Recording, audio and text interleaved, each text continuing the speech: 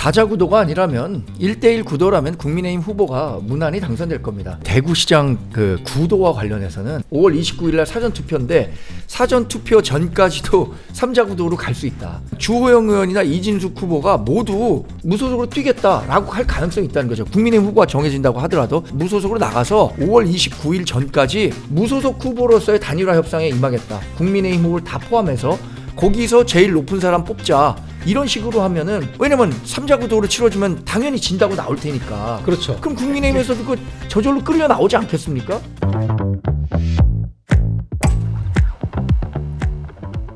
저희가 준비한 두 번째 의제 이제 열어보겠습니다.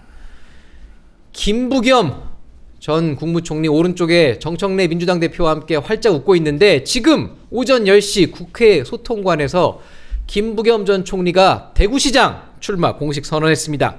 대구가 국민의힘을 버려야 진짜 보수가 산다. 이번엔 회초리를 들어달라. 이런 일성으로 출마 선언을 했는데, 오후 3시에는 또 대구에 가서 또 출마 선언을 한다고 합니다. 결국 출마한다 안 한다 얘기가 많았지만 출마를 선택했습니다. 김 의원님, 예. 지금 김부겸 전 총리가 출마를 결국 선언을 했어요. 당선 가능성이 높다고 본 걸까요? 본인이 출마한 결정적인 계기가 뭐 있었을까요? 아니면 애초에 출마를 하려고 생각을 했던 걸까요? 처음부터 출마를 하려고 생각했던 건 아닌 것 같아요. 네. 김부겸 총리 쪽 얘기를 들어보면은 네. 진짜 뭐 정계 은퇴까지 했잖아요. 그렇죠. 그래서 지금 그 양평 쪽에 집까지 전원주택까지 있고 거기에서 조금 유유자적하고 있었는데, 그러니까 지금 시대가 불러냈다라고 하는 게 맞을 것 같습니다. 그러니까 지금 군포에서 3선을 하고, 그렇죠. 그다음에 2012년부터 지금 2012년 총선, 2014년 대구시장, 2016년 총선, 2020년 총선 이렇게 나갔거든요.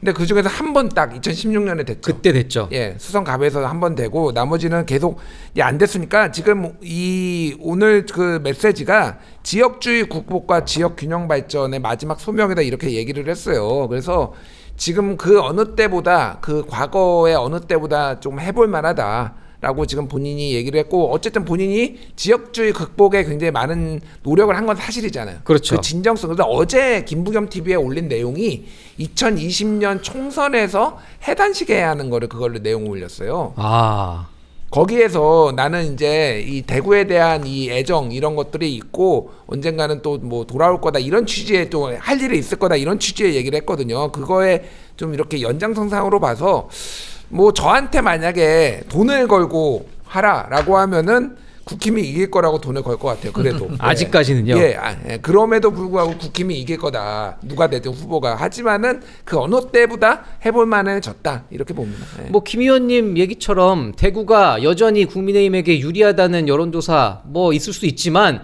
사실 심상치 않은 조짐들이 보이고 있습니다. 본선 뚜껑을 열어보면 어떻게 될지 지금 전망하기가 굉장히 어려운 상황인데, 저희가 95년부터 치러졌던 대구시장 민선 지방선거 결과를 찾아봤는데, 사실 지금까지 보수 정당이 한 번도 뺏긴 적이 없었습니다.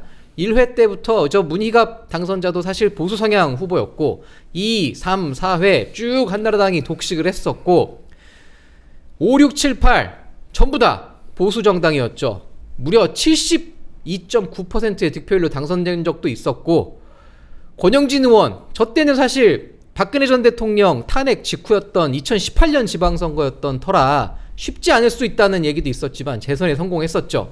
이렇게 보수 정당이 대구시장을 한 번도 뺏긴 적이 없었는데, 지난주에 또 어떤 여론조사를 보면 김부겸 전 국무총리가 현재 거론되고 있는 모든 후보들보다 앞선다는 또 여론조사도 나왔어요. 네. 정 의원님이 보실 때 이번 선거 국민의힘 정말 이번에 내줄 수 있을 거라고 보시나요? 가능성이 있나요? 다자 구도가 아니라면 1대1 구도라면 국민의힘 후보가 무난히 당선될 겁니다. 1대1일 때. 지금 양자 구도에서도 대부분 김부겸 전 총리가 모든 국민의힘 후보를 이기는 여론조사 나왔었잖아요. 그랬죠. 그거 굉장히 충격적이었죠. 근데 거기서 유념해서 봐야 할 것은, 어떤 후보가 나온다고 하더라도 김부겸 전 총리가 예상할 수 있는 득표율의 최고치는 47%다. 47%요. 1대1 구도라면 10.1%를 얻어야 당선되는 거 아닙니까? 그럼 김부겸 전 총리가 1대1 구도에서 50%를 넘길 수 있을 정도의 득표력과 경쟁력이 있느냐? 전 그건 어렵다고 봐요. 아무리 국민의힘이 어렵다고 하더라도 또 대구 시민들이 국민의힘에 실망한 그 정도가 크다고 하더라도 결국에 1대1 구도가 되면 그래도 해볼 만하다. 결국엔 힘을 지금 실어줘야겠다. 그리고 또 하나는 네. 이런 게 있어요. 그 TK 지역 정서가 굉장히 좀 위축돼 있습니다. 아, 이거 지금요? 우리마저 국민의힘을 뽑아주지 않으면이라는 위기감들이 있어요. 나머지 지금 국회, 뭐 정부, 뭐 사법 이 행정권과 입법권을 갖고 또 사법부까지 그 흔들려고 하고 있단 말이에요. 그렇죠. 이런 것들에 이어서 지방 권력까지 다 준다. 특히 대구까지 준다. 아, 그것에 대해서는 아무리 국민의힘이 미워도 내가 차마 그렇게는 못하겠다라고 하는 사람들이 여전히 많다는 거죠. 자, 말씀하신 대로 지금 다자 구도가 되느냐 1대1 구도가 되느냐가 굉장히 중요한 상황인데 주호영 의원 지금 6선 주호영 의원이 컷오프를 냈다가 가처분 신청을 했다가 이제 또 무소속 출마까지 사실상 공언을 한 상황인데 이렇게 되면 김부겸 전 총리 그리고 주호영 의원이 무소속 출마를 하게 되면 3자 구도로 치러질 수밖에 없는데 김 의원이 보실 땐 실제로 3자 구도 치러질 가능성이 있다고 보시나요? 무소속 출마할까요? 주호영 의원이? 3자 구도 가능성 한 30% 보고요. 아, 그것도 또 낮나요? 공언까지 했는데 왜 또 출마 안 할 거라고 보시는 거죠? 주호영 의원이? 아니, 그러니까 이게 결과가 어떻게 되느냐에 따라서 지금 일단은 가처분 신청을 냈고 그랬죠. 거기에서 기각이 되느냐 인용이 되느냐 그러니까 이렇게 될 거예요. 인용이 되면은 무소속 출마를 할 가능성이 굉장히 높아지고요. 네. 기각이 되면은 아마 하기 좀 힘들지 않을까. 아예 출마를 안 할 수 있다. 그러니까 인용이 되면은 그러면 당 지도부나 공관위가 받아들여 가지고 다시 경선하겠다라는 게 아니라 지금 무조건 우리 컷오프야 그렇죠. 이미 공언까지 했잖아요. 네. 그러면 명분이 된 게 되게 생기는 거예요. 그러면 이제 가능성이 좀 더 높아지고 그 이후에 정치를 이제 다시 한번 보수 재건을 위해서 다시 만약에 낙선하더라도 이렇게 하겠다라는 건데 만약에 기각이 되면은 어찌됐든 내용에 잡음이 있더라도 전국에 억울한 사람이 너 한 명이야? 뭐 이러면서 이거는 배신자론에 좀 휩싸일 가능성이 상당히 높다. 그러니까 지금 이번 선거를 끝으로 정계를 은퇴하실 분이 아니라 그 그렇죠. 이후에도 뭔가를 역할을 해야 된다 보면은 글쎄 그러니까 여러 고민이 있을 텐데 지금 아직 남은 2년의 국회의원 임기를 가지고 당내에 이제 개혁 보수가 잡는데 본인이 앞장서는 게 더 나을 수도 있겠다 판단할 할 가능성이 높다.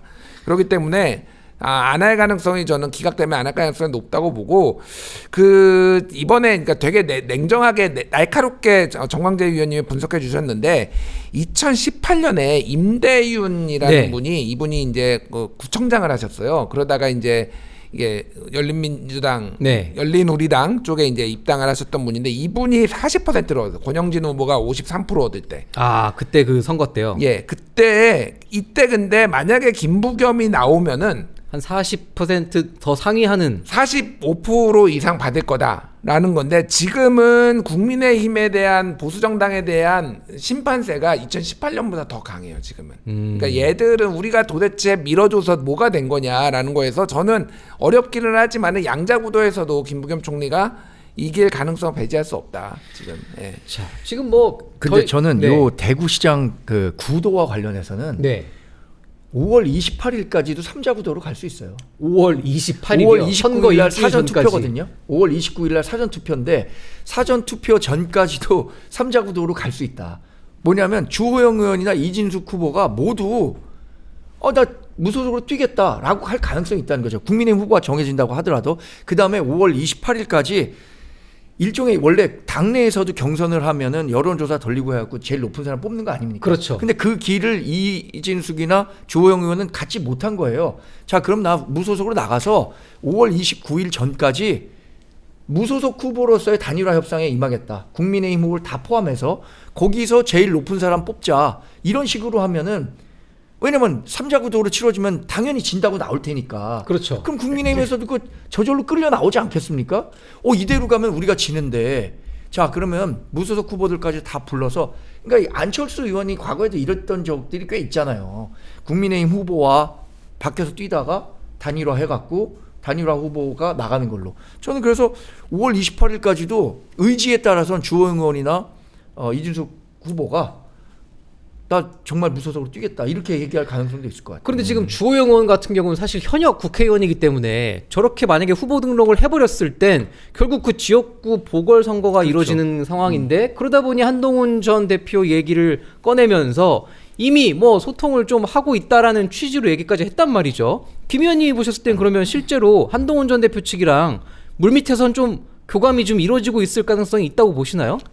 열어놓고 가는 거 이게 가능성을 열어놨다. 그러니까 이 컷오프 되기 전에는 그 얘기를 지난주에 우리 얘기했죠. 그렇죠. 신지호 의원이 하니까 그거에 대해서 선을 그으면서 솔직히 약간 불쾌감도 드러냈어요. 그러니까 네. 그러다가 컷오프가 된 이후에는 모든 가능성을 열어둔 거는 이게 본인의 협상력을 극대화하기 위해서는 지금 내가 무소속을 출마할 수 있을 가능성이 높고 한동훈하고 손잡을 수 있다라는 가능성을 열어둬야지만 되니까 저는 그래서 그 가능성도 배제할 수 없어요. 사실 말씀하신 대로 지금 이진숙 후보가 제가 네. 보기에는 나올 수도 있어요. 변수인가요?